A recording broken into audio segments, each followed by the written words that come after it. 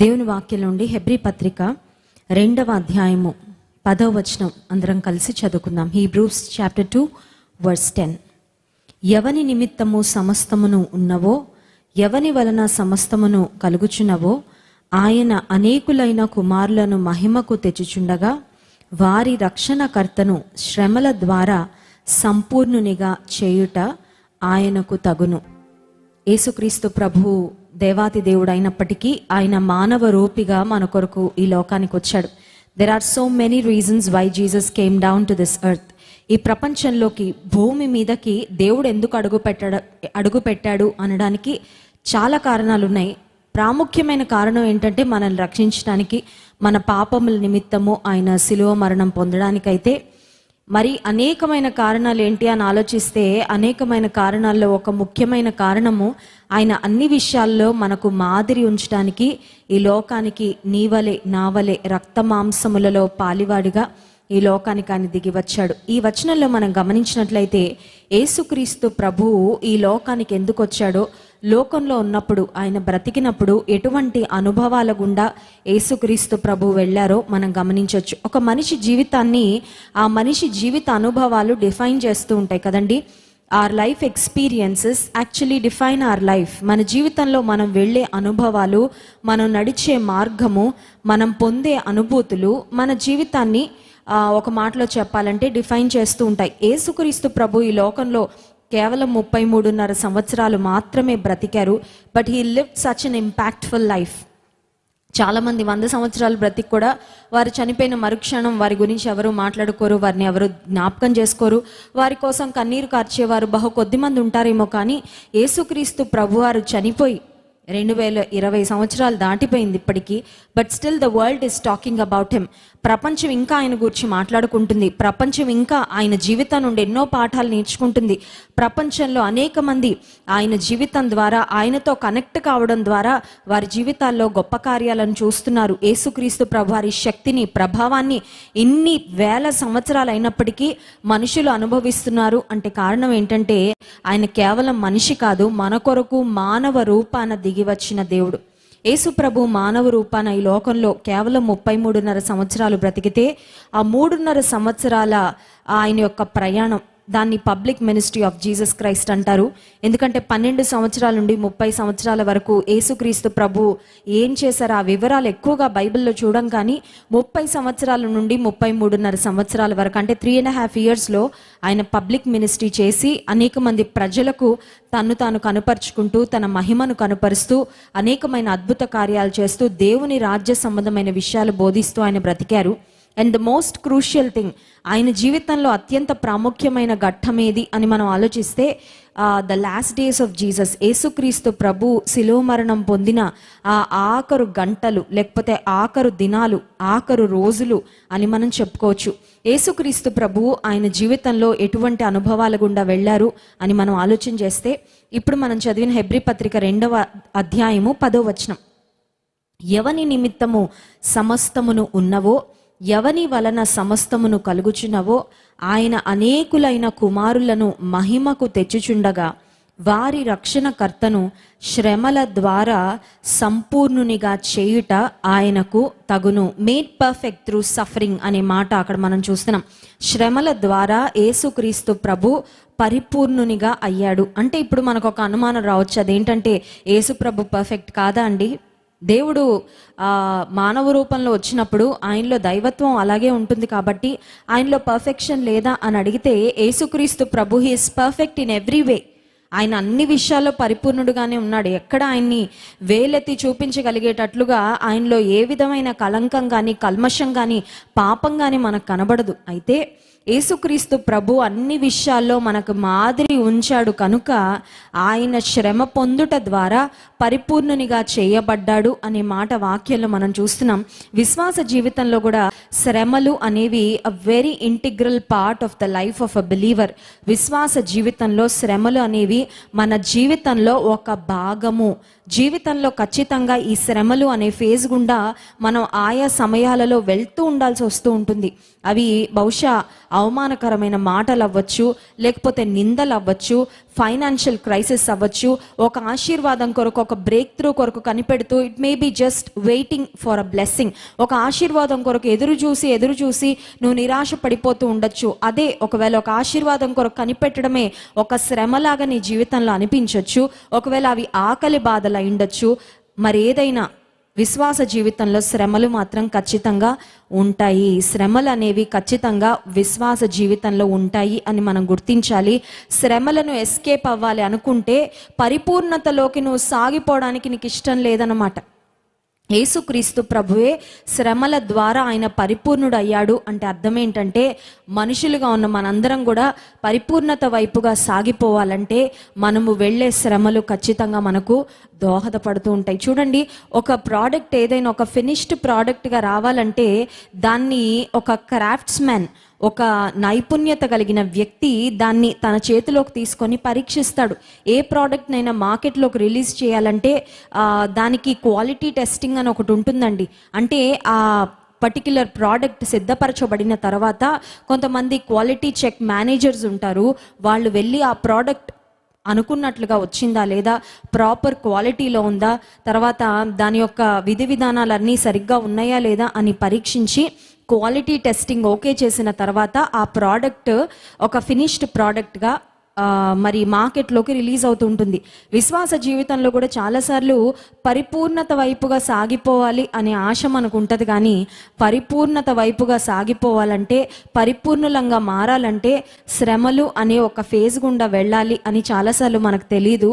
ఒకవేళ శ్రమల గుండా వెళ్తున్నప్పుడు నేను ఎందుకు వెళ్ళాలి, why should I suffer, how long should I suffer, దేవా ఈ సఫరింగ్ నుంచి నాకు వెంటనే ఒక విడుదల ఇవ్వు. చూడండి, చాలాసార్లు శ్రమల నుండి ఎస్కేప్ అవ్వడానికి ఏదైనా మార్గం ఉంటే బాగుండని చూస్తాం. శోధన వచ్చినప్పుడు ఎస్కేప్ అవ్వాలని చూడం. శోధన వచ్చినప్పుడు ఒక రకమైన ఏమంటారంటే నిర్లక్ష్య ధోరణి, నిర్లక్ష్య వైఖరి, చూద్దాంలే ఈ శోధన ఎంతకాలం ఉంటుందో, చూద్దాంలే ఈ శోధనలో నేను ఎంత బాగా నిలబడగలను అని కొంతమంది ఈ శోధనల విషయంలో తప్పించుకోవడానికి ఇష్టపడకుండా, శోధన నుండి ఎస్కేప్ అవ్వడానికి దేవుడు ఏర్పరిచిన తప్పించుకునే మార్గాన్ని అన్వేషించకుండా అలాగా తాత్సారం చేస్తూ నిదానంగా, నెమ్మదిగా, క్యాజువల్గా ఉంటూ ఆ తర్వాత శోధనలో పడి నష్టపోతూ ఉంటారు. కానీ శ్రమలు అనే మార్గం గుండా వెళ్లాల్సి వచ్చినప్పుడు మాత్రం వెంటనే మనం అడిగేది, మనం కోరుకునేది, మనం ప్రార్థన చేసేది ఏంటంటే, lord I want a exit. ఈ శ్రమల్లో ఉండి బయటకు నేను వచ్చేయాలి. ఇంకా కొన్ని రోజులు కూడా నా వల్ల కాదు. కొన్నిసార్లు ఎలా ఉంటుందంటే, కొన్ని గంటలు కూడా నేను సఫర్ అవ్వలేను ప్రభా, లార్డ్ ఐ కాంట్ సఫర్. ఈ శరీరం శ్రమ పడ్డానికి ఇష్టపడని శరీరం కదండి, సుఖాన్నే కోరుకుంటుంది ఈ శరీరం. కానీ శ్రమ పడ్డానికి చాలాసార్లు మనం ఇష్టపడం. It may be emotional suffering, మానసికమైన ఒత్తిడి అయిండొచ్చు, లేకపోతే శరీరం ఒకవేళ ఏదైనా వ్యాధి ద్వారా ఒక రకమైన ఒక క్రూసిబుల్ గుండా మనం వెళ్తున్న పరిస్థితి అయిండొచ్చు. శ్రమలు అనేవి విశ్వాసి ఇష్టపడడు. కానీ దేవుని వాక్యం సెలవిస్తుంది, యేసుక్రీస్తు ప్రభువు he was made perfect through suffering. శ్రమల ద్వారా ఆయన పరిపూర్ణుడు అయ్యాడు. నీ జీవితంలో కూడా ఆత్మీయంగా నువ్వు ఒక ఫినిష్డ్ ప్రోడక్ట్గా మారాలంటే, దేవుడు మెచ్చే పాత్రగా నువ్వు తయారవ్వాలంటే, సిద్ధపడాలంటే, తళతళలాడాలంటే, చూడండి కొన్నిసార్లు కొన్ని అల్యూమినియం పాత్రలు, కాపర్ కంటైనర్స్ ఏమైనా మన దగ్గర ఉంటే అవి over a period of time వాటి మెరుగును కోల్పోతాయి. అలాంటి సమయంలో వాటిని ఏదైనా ఒక పదార్థంతో దాన్ని బ్రష్ చేసినప్పుడు, దాన్ని బాగా రుద్దినప్పుడు మళ్ళీ అది మెరుగవుతూ ఉంటుంది. విశ్వాస జీవితంలో కూడా క్రీస్తు మహిమ మన ద్వారా ప్రకాశించాలంటే శ్రమలు అనే ఆ ప్రక్రియ గుండా మనం ఖచ్చితంగా వెళ్ళాలి. శ్రమలు అనే ప్రక్రియ చాలా పెయిన్ఫుల్గా ఉంటుంది. శ్రమలు అనే ప్రక్రియ మనకి ఎవ్వరికి ఇష్టం ఉండదు. శ్రమల గుండా వెళ్తున్నప్పుడు, దేవా నన్ను ఎందుకు చూస్ చేసుకున్నావు నువ్వు ఈ సఫరింగ్ కొరకు, ఇంకా నీకెవరు దొరకలేదా అని అనిపిస్తుంది. కానీ శ్రమల తర్వాత దేవుని మహిమ మన ద్వారా ప్రకాశిస్తూ ఉన్నప్పుడు అప్పుడు నువ్వు ఆనందిస్తావు. ఏమనంటే, నేను వెళ్ళిన సఫరింగ్ నిజంగా దేవుడు నన్ను ఇంత అద్భుతమైన పాత్రగా మలచడానికి దేవుడు వినియోగించుకున్నాడని తర్వాత నీవు గుర్తించి దేవుని నామాన్ని మహింపరుస్తావు. ఈ రాత్రికాల సమయంలో ఒకవేళ సఫరింగ్ గుండా నీవు వెళ్తున్నట్లయితే, please don't try to escape it. Please don't try to act as if there is no suffering. అసలు సఫరింగే లేదు అన్నట్లుగా ప్రవర్తించొద్దు. ఈ సఫరింగ్ నుంచి నాకు వెంటనే విడుదల ఇవ్వు ప్రభు అని అడగడం తప్పులేదు. ఎందుకంటే శ్రమలు ఎవరూ తట్టుకోలేము. కానీ ఆ శ్రమలలో ప్రభువుని అడగాల్సింది ఏంటంటే, నేను ఇంకా ఏం పాఠాలు నేర్చుకోవాలి ప్రభు, what is it that you want me to learn? ఇంకా నీ మీద ఆధారపడడం నేను ఏం నేర్చుకోవాలి? ఇంకా విశ్వాసంలో నేను ఎలా ఎదగాలి? ఇంకా ఈ పరిస్థితిలో నిన్ను పోలి ఎలా నేను నడుచుకోవాలి? ఎందుకంటే శ్రమల ద్వారా యేసుక్రీస్తు ప్రభు పరిపూర్ణతను ఆయన పొందుకున్నాడు అనే మాట మనం చూస్తున్నాం. కనుక నేను కూడా విశ్వాస జీవితంలో పరిపూర్ణునిగా మారాలి ప్రభు, నాకు సహాయం చేయి అని అడిగినప్పుడు దేవుడు ఖచ్చితంగా తన కృపనిస్తాడు. 18వ వచనం హెబ్రీ పత్రిక 2వ అధ్యాయంలో మరొక మాటను మనం చూస్తాం. తాను శోధింపబడి శ్రమ పొందెను గనుక శోధింపబడు వారికిని సహాయము చేయగలవాడై ఉన్నాడు. శోధింపబడెను, శ్రమ పొందెను. హీ సఫర్డ్ బీయింగ్ టెంప్టెడ్ అనే మాట.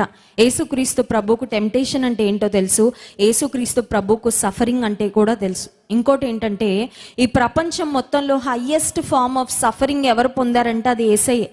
హల్లెలూయా.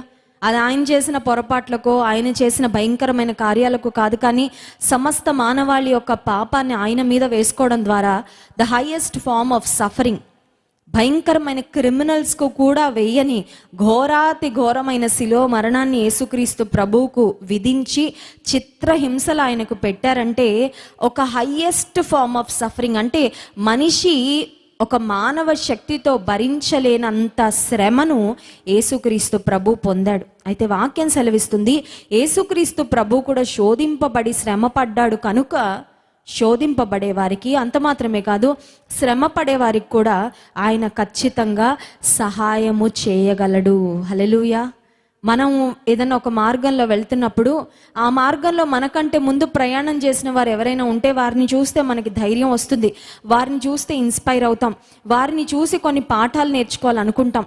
వారి అనుభవాల ద్వారా ఓకే, శ్రమల ద్వారా వెళ్తున్నప్పుడు ఇలా ఉంటుందన్నమాట, వారు శ్రమలను ఈ విధంగా అధిగమించారు కనుక నేను కూడా అధిగమించగలను అని ఒక రకమైన భావన కలుగుతుంది. యేసుక్రీస్తు ప్రభు కూడా శ్రమ పడ్డాడు, శోధించబడ్డాడు. ఈ ప్రపంచంలో అందరికంటే ఎక్కువగా ఆయన శ్రమ పడ్డాడు కనుక నీ శ్రమలలో చూడాల్సింది ఎవరి వైపు అంటే నీ చుట్టూ ఉన్న వారి వైపు కాదు. కొన్నిసార్లు శ్రమలలో ఉన్నప్పుడు మన చుట్టూ ఉన్న వారిని చూసి వాళ్ళ లైఫే బాగుందే, వాళ్ళే ఆనందంగా ఉన్నారే. కొన్నిసార్లు అపవాది కూడా చెవులోకి వచ్చి కొన్ని మాటలు చెప్తూ ఉంటాడు. ఏమనంటే, నువ్వు భక్తిగా ఉండి ప్రార్థన చేసినందుకు నీకేమొచ్చింది? శ్రమలే కదా వచ్చింది. ఆ చుట్టూ చూడు, లోకంలో తిరుగుతున్న వాళ్ళని చూడు, ఆనందిస్తున్న వాళ్ళని చూడు, అన్యాయం చేస్తున్న వారిని చూడు, అక్రమంగా బ్రతుకుతున్న వారిని చూడు, వాళ్ళంతా చాలా బాగున్నారు, వాళ్ళంతా బాగా ప్రాస్పర్ అవుతున్నారు. నువ్వు దేవుణ్ణి పట్టుకొని నీకేం దొరికింది? దేవుడిని నువ్వు చూస్తూ బ్రతికావు, దేవుడి మీద ఆశ పెట్టుకున్నావు. ఇప్పుడు నీకు ఈ శ్రమలని అపవాది కొన్నిసార్లు నీ చెవులో వచ్చి మాట్లాడుతూ ఉంటాడు కొన్ని స్వరాలు. But remember dear brother and sister, you have to ignore, you have to neglect. ఆ స్వరాలకు నువ్వు చెవిలో చోటు ఇవ్వకూడదు. ఆ స్వరాలు ఒకవేళ చెవులో వినబడుతున్నా వాటిని హృదయంలోకి దిగనివ్వక. ఎందుకంటే మన దేవుడు శ్రమల గుండా మనల్ని ఒకవేళ అనుమతించేది ఆ శ్రమలలో మనల్ని విరగొట్టి నలగొట్టి చంపేయడానికి కాదు, నాశనం చేయడానికి కాదు, కానీ నిన్ను పరిపూర్ణులుగా మార్చడానికి, ఒక ఫినిష్డ్ ప్రోడక్ట్గా నిన్ను చేయడానికి, ఆత్మీయంగా నువ్వు ఇంకా పరిపక్వతలోనికి సాగిపోవడానికి. God has a bigger plan, God has a bigger perspective. God always looks at your problem with a big perspective. దేవుడు ఎప్పుడు కూడా మన పరిస్థితులను ఏదో ఆ సమయానికి ఒక సింపుల్ రిలీఫో సింపుల్ సొల్యూషన్ ఇవ్వాలని దేవుడు చూడడు, కానీ ఆయన భవిష్యత్తును దృష్టిలో పెట్టుకొని, నీ జీవితం అంతటిని దృష్టిలో పెట్టుకొని, నీ జీవితం పట్ల ఆయన ప్రణాళికను దృష్టిలో పెట్టుకొని నీ జీవితంలో ఏ పరిస్థితిని ఆయన అనుమతిస్తాడు గనుక శ్రమల గుండా వెళ్తున్నప్పుడు నువ్వు యేసయ్య వైపు చూడగలిగితే శ్రమలలో నిలబడడానికి దేవుడు తన శక్తిని అనుగ్రహిస్తాడు. ఇంకొక మాట కూడా హెబ్రీ పత్రిక 5వ అధ్యాయము 8వ వచనంలో మనం చూడగలం. చూడండి, హెబ్రీ పత్రిక 5వ అధ్యాయము 8వ వచనం.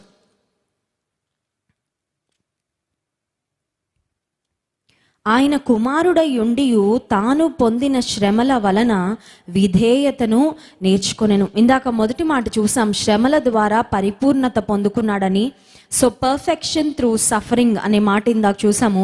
ఇక్కడ మనం చూస్తున్నాము శ్రమల ద్వారా ఆయన కుమారుడై ఉండియు శ్రమల ద్వారా విధేయతను నేర్చుకొనెను. So obedience through suffering. ఇప్పుడు ఇంకో ప్రశ్న అడుగుతాను, అంటే యేసు ప్రభు శిలువ మరణం పొందడానికి ముందు, శ్రమ పడడానికి ముందు, was he a disobedient person? ఆయన ఒకవేళ అవిధేయుడిగా ఏమన్నా ఉన్నాడా అని ఆలోచిస్తే ఖచ్చితంగా లేరండి. ఎందుకంటే లూకాసు వార్తలో మనం గమనించినట్లయితే యేసుక్రీస్తు ప్రభువారి యొక్క 12 years నుండి 30 years వరకు ఆయన లైఫ్ గురించిన వివరం మనం గమనిస్తే యేసుక్రీస్తు ప్రభు తన తల్లిదండ్రులకు విధేయుడై ఉండెను అనే మాట మనం చూస్తాం. So he was an obedient son to his parents, earthly parents. నేను దేవాది దేవుణ్ణి, కేవలం ఈ లోకంలోకి రావడానికి ఒక గర్భం కావాలి కాబట్టి మరియా నీ గర్భాన్ని ఎంచుకున్నాను కనుక ఒక తల్లిగా నిన్ను నేను లెక్క చేయను, ఒక తల్లిగా నీ మాటకు నేను విధేయత చూపించాల్సిన అవసరం లేదు. యోసేపు అయితే అసలు నాకు ఏ రకంగా కూడా మరి నాకు సంబంధం లేదు అని యేసుప్రభు ఎక్కడ తన తల్లిని కానీ తండ్రిని కానీ కించపరిచినట్లు కానీ అవమానపరిచినట్లు కానీ వారికి మరి ఎదురు సమాధానాలు చెప్పినట్లు ఎదురాడినట్లు ఎక్కడ మనం చూడం. He was obedient to his parents అనే మాట మనం గమనిస్తున్నాం వాక్యంలో. అయితే మరి ఇక్కడ శ్రమల ద్వారా ఆయన విధేయతను నేర్చుకున్నాడంటే that doesn't mean that Jesus was disobedient. He was not disobedient to his earthly parents and he was also not disobedient to the heavenly father. ఈ లోక సంబంధమైన తల్లిదండ్రులకు ఆయన అవిధేయుడుగా లేడు, పరలోకపు తండ్రికి కూడా ఆయన అవిధేయుడుగా లేడు. మరి ఈ మాట ఎందుకు వ్రాయబడింది అని ఆలోచిస్తే శ్రమలకు ముందు ఆయనలో విధేయత ఉంది కానీ but it was not tested obedience. చూడండి, కొన్నిసార్లు పిల్లలు అంటుంటారు నాకు అన్నీ తెలుసు, నాకు మంచి నాలెడ్జ్ ఉంది, నా కోర్స్, నా కరిక్యులం, నా బుక్స్ అన్ని నేను చదివేశాను అంటారు. కానీ వాళ్ళు ఎంత చదివారో పరీక్షించబడినప్పుడు, ఎగ్జామ్స్ పెట్టినప్పుడు, ఎగ్జామ్స్ రాసినప్పుడు, ఇవాల్యుయేట్ చేయబడినప్పుడు వారికి నిజంగా ఎంత జ్ఞానం ఉంది, వాళ్ళు నిజంగా కోర్స్ ఎంత బాగా నేర్చుకున్నారు, ఎంత బాగా చదివారు అనేది ప్రూవ్ అవుతుంది. సో యేసుక్రీస్తు ప్రభు యొక్క శిలువ మరణము ద్వారా గెత్సెమనే తోటలో కూడా ఆయన ఒక ప్రార్థన చేస్తాడు. అదేంటంటే, నీ చిత్తం అయితే ఈ గిన్నె నా నుండి తొలగించు, ఆయనను నా చిత్తం కాదు నీ ఇష్టమే, నీ చిత్తమే జరుగునుగా, కానీ తండ్రి చిత్తానికి సంపూర్ణంగా అప్పగించుకొని పరిపూర్ణమైన విధేయతను యేసుక్రీస్తు ప్రభు చూపించాడు. కనుక ఒక మాటలో చెప్పాలంటే before suffering he was still an obedient person. అప్పటికి కూడా ఆయన విధేయుడుగానే ఉన్నాడు కానీ it was not tested obedience. కానీ శ్రమల తరువాత, శిలువ మరణం తరువాత ఆయన విధేయత it was tested and proved obedience. ఈ రాత్రికాల సమయంలో ఒక మాట చెప్పాలని ఆశిస్తున్నాను. అదేంటంటే, ఒకవేళ శ్రమల గుండా నువ్వు వెళ్తున్నట్లయితే ఒక ప్రక్కన అపవాది నించొని చూస్తూ ఉంటాడు, మరొక ప్రక్క నీ కొరకు ప్రాణం ఇచ్చిన, నీ కొరకు గొప్ప ప్రణాళికలు కలిగిన, నిన్ను ప్రాణప్రదంగా ప్రేమిస్తున్న యేసయ్య మరొక ప్రక్కన ఉంటారు. శ్రమల గుండా నువ్వు వెళ్తున్నప్పుడు నిన్ను బలహీనపరచాలని, నీ విశ్వాసాన్ని అడుగంటిపోయేటట్లు చేయాలని, నువ్వు దేవుణ్ణి అవమానకరంగా మాట్లాడాలని, నువ్వు దేవుని నిందించాలని, ఆనాడు యోబు జీవితంలో యోబు భార్య ఎలా ప్రక్కన ఒక ఏజెంట్గా పనిచేసిందో కొంతమంది మనుషులను నీ చుట్టూ ఏజెంట్స్గా పెడతాడు అపవాది కూడా కాసుకొని ఉంటాడు. ఏమనంటే, నీ శ్రమలలో నువ్వు దేవునికి దూరం అవ్వాలని. But at the same time on the other hand మరొక ప్రక్కన, మరొక వైపున యేసుక్రీస్తు ప్రభు కూడా కనిపెడుతూ ఉంటాడు. ఏమనంటే, నా బిడ్డ, ఈ శ్రమలు నిన్ను పరిపూర్ణతలోనికి నడిపించడానికే, ఈ శ్రమలు నిన్ను నాకు దగ్గరగా చేసుకోవడానికే, ఈ శ్రమల తర్వాత కీడు వెనకాల నేను ఆశీర్వాదం నీ కొరకు సిద్ధపరిచాను, ఈ కీడు వెనకాల నేను నీ కొరకు దాచించిన మేలు గొప్పది, ఈ కీడు ద్వారా, ఈ శ్రమల ద్వారా నువ్వు విధేయత నేర్చుకోవాలని నేను కోరుకుంటున్నాను అని యేసుక్రీస్తు ప్రభు ఏమో విత్ ద బెస్ట్ ఇంటెన్షన్, ఆయన ఎప్పుడు ఎవరికి ఏ హాని, ఏ కీడు కలుగ చేయాలని ఆశించడని దేవుని వాక్యంలో వ్రాయబడింది. దేవుడు మనస్ఫూర్తిగా మనుషులకు ఎప్పుడు కీడు కలుగ చేయడు. So on the other hand యేసుక్రీస్తు ప్రభు కనిపెడుతూ ఉంటాడు. ఈ రాత్రి కాల సమయంలో ఒకవేళ నీవు శ్రమల గుండా వెళ్తున్నట్లయితే, శ్రమల బడిలో లేక ఒక శ్రమల ఫేజ్లో నువ్వు వెళ్తున్నట్లయితే అపవాదిని సంతోష పెడతావా? అపవాది యొక్క ఎక్స్పెక్టేషన్స్కు నువ్వు రీచ్ అయ్యి దేవునికి అవమానం తీసుకొస్తావా? లేదా సృష్టికర్త అయినా, నిన్ను రక్షించిన, నీ కొరకు ప్రాణం పెట్టిన, నిన్ను ప్రేమిస్తున్న యేసయ్య వైపు చూస్తూ ఆయన సహాయాన్ని కోరుకుంటూ శ్రమల బడిలో ఆయన నేర్పించే పాఠాలు చక్కగా నేర్చుకుంటూ ఆయన నామ మహిమ కొరకు బ్రతుకుతావా? శ్రమలు ఎప్పుడు ఉండవు ప్రియమైన దేవుని బిడ్డ, గుర్తించు. You are not going to have problems forever. శ్రమలు ఎప్పుడు ఉండవండి. ఉదయం వస్తుంది సూర్యుడు, ఆ తర్వాత సాయంకాలం అయ్యేసరికి సూర్యుడు ఖచ్చితంగా అస్తమిస్తాడు. వర్షం ఒకవేళ కారు మబ్బులు కమ్మి వర్షం హోరుగా కుండపోతుగా పడుతుందేమో, but does it rain forever? Never. ఎప్పటికీ వర్షం పడదు, ఆగిపోవాల్సిందే వర్షం. నీ జీవితంలో కూడా ఒక శ్రమలు వచ్చాయని కృంగిపోవద్దు. ఇంకెంతకాలం శ్రమల్లోనే నాశనం అయిపోతానేమో, శ్రమల్లోనే నా పని అయిపోతుందేమో అనుకోవద్దు.